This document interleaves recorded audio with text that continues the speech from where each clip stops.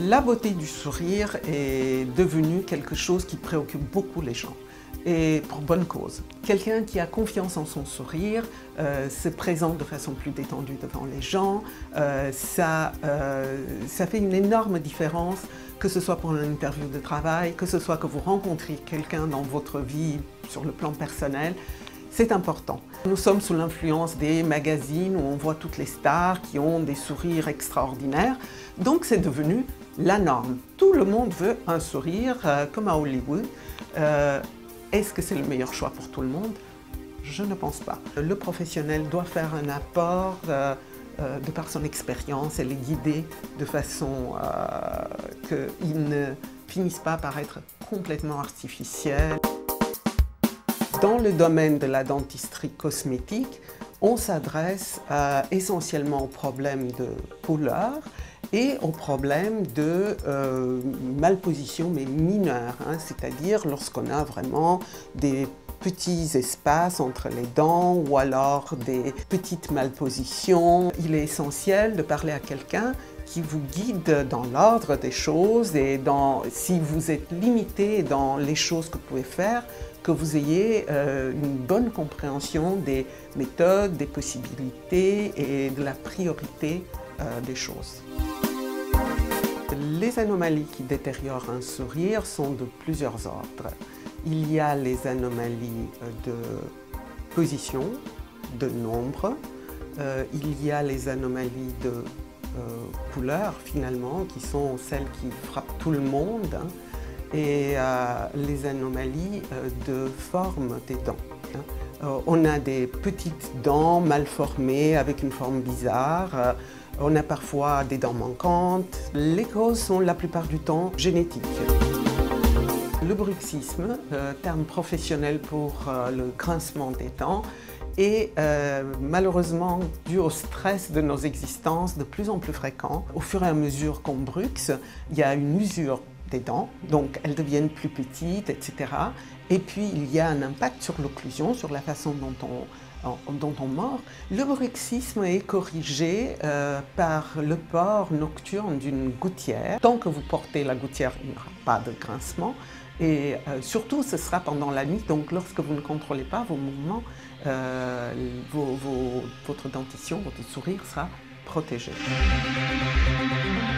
Les teintes des dents naturelles varient beaucoup selon l'ethnicité, l'âge, la prise de médicaments. Les enfants prenant des antibiotiques peuvent être affectés. Ensuite, bien sûr, toutes les habitudes de vie, c'est-à-dire habitudes alimentaires, le café, le thé, le vin rouge, les boissons genre Coca-Cola, tout ce qui a de la caféine, de la théine, qui font que les dents se tachent et foncent. L'ennemi numéro 1, c'est la cigarette. Une bonne hygiène dentaire, c'est le brossage effectif, régulier, le matin, après le petit déjeuner, car on veut garder les dents propres pendant toute la matinée au moins.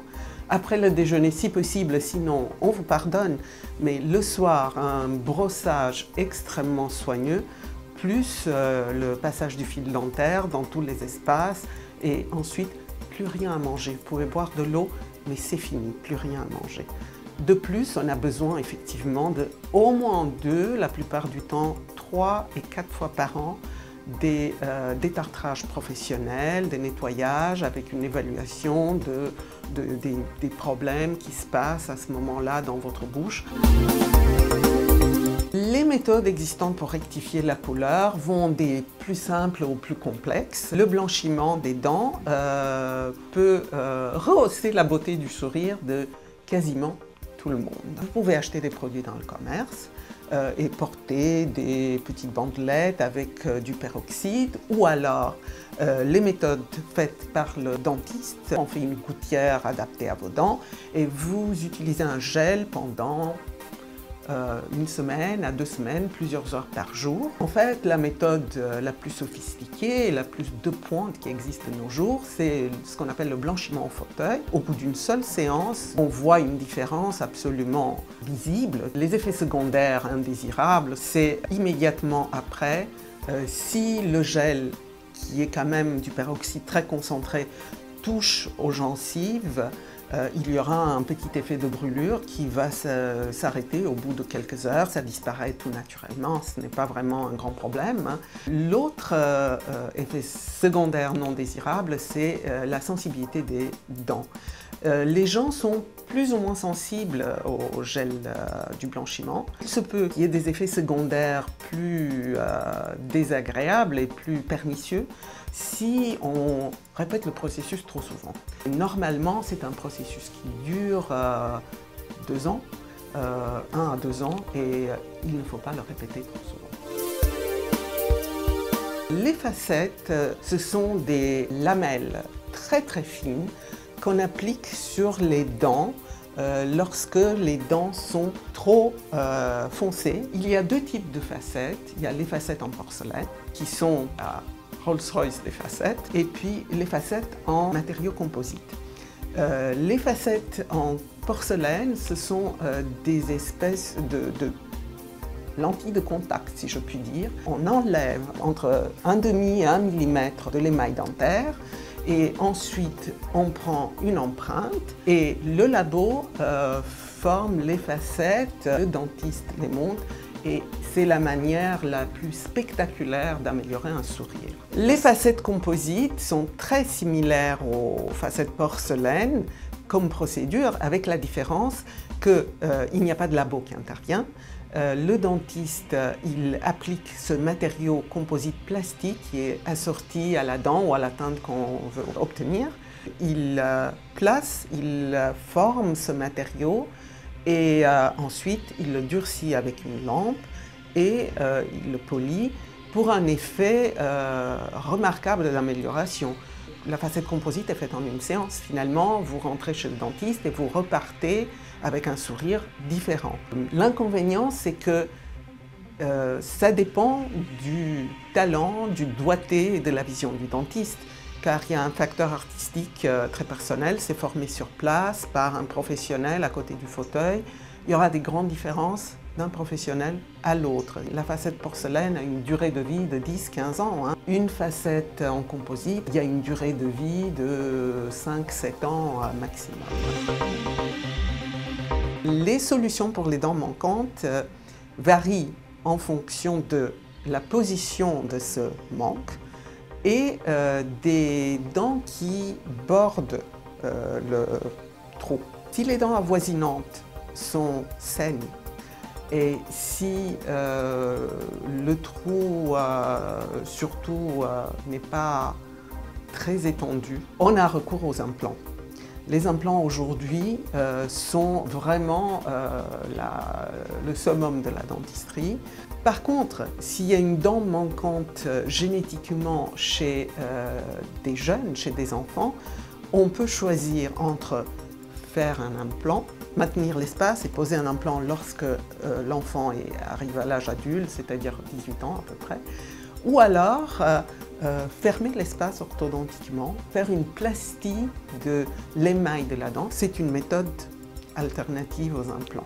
Lorsque les dents avoisinant d'un trou, dents manquantes, ont déjà eu des couronnes avant, sont très abîmées, etc. En général, on procède à faire un bridge plutôt qu'un implant qui est coûteux. On pose des couronnes sur chaque dent avoisinante et un pont au milieu, ça ferme le trou. Un implant, c'est une vis en titane qui est posée chirurgicalement par un chirurgien, un parodontiste ou un stomatologue dans l'os de la mâchoire. Le succès et esthétique et fonctionnel de l'implant dépend de la précision de la pose et de la qualité de la pose de ce tenon en titane.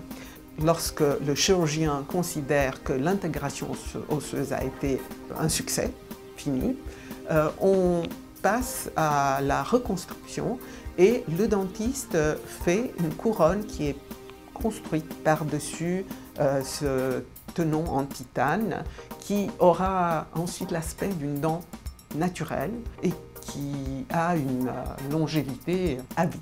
98% des implants réussissent et les patients ont une qualité de vie remarquable par la suite. Pour les blanchiments, par exemple, les méthodes varient à peu près de 2 à 300 $ pour les blanchiments qui sont faits à domicile, jusqu'à 5 et 600 $ pour les blanchiments au fauteuil faits sous lampe. En ce qui concerne les plastilles de l'émail, ce sont des procédures qui coûtent de 50 à 150 $ par dent. Les facettes composites, de 300 jusqu'à 600 $ par dent. Les facettes porcelaine sont beaucoup plus chères. Ça varie de 800 à 1500, 1800, 2000 $ en fonction du cabinet dentaire qui les fait. Les couronnes, elles vont de 800-900 $ jusqu'à 2000 $. Et en ce qui concerne les implants, il y a deux parties de prix dans l'implant. Une partie chirurgicale qui s'adresse aux chirurgiens. Et en ce qui concerne le coût de la couronne, elles sont beaucoup plus chères que les couronnes habituelles car le coût au labo est beaucoup plus important. Elle peut varier de 1500 à 2500 $ par dent, toujours. C'est très important d'avoir une équipe. Et l'équipe est formée par, bien sûr, le patient, mais aussi par le dentiste cosmétique qui coordonne la communication entre le patient et les autres spécialistes qui y participent, c'est-à-dire les chirurgiens, les parodontistes, les orthodontistes. Avoir une équipe qui travaille bien ensemble, qui communique bien et qui est capable de guider le patient pour le meilleur de son intérêt est essentiel. Le sourire est effectivement un élément qui fait partie de votre personnalité, c'est un élément qui vous différencie des autres, qui va faire que les gens vont vous approcher plus ou moins facilement. La dentisterie cosmétique aujourd'hui peut faire des choses extraordinaires et parfois avec des méthodes extrêmement mineures, non invasives, relativement peu coûteuses. Si vous en avez envie, ça vaut toujours le coup au moins de faire une consultation avec un dentiste spécialisé et écouter ce que la dentisterie cosmétique peut faire pour vous.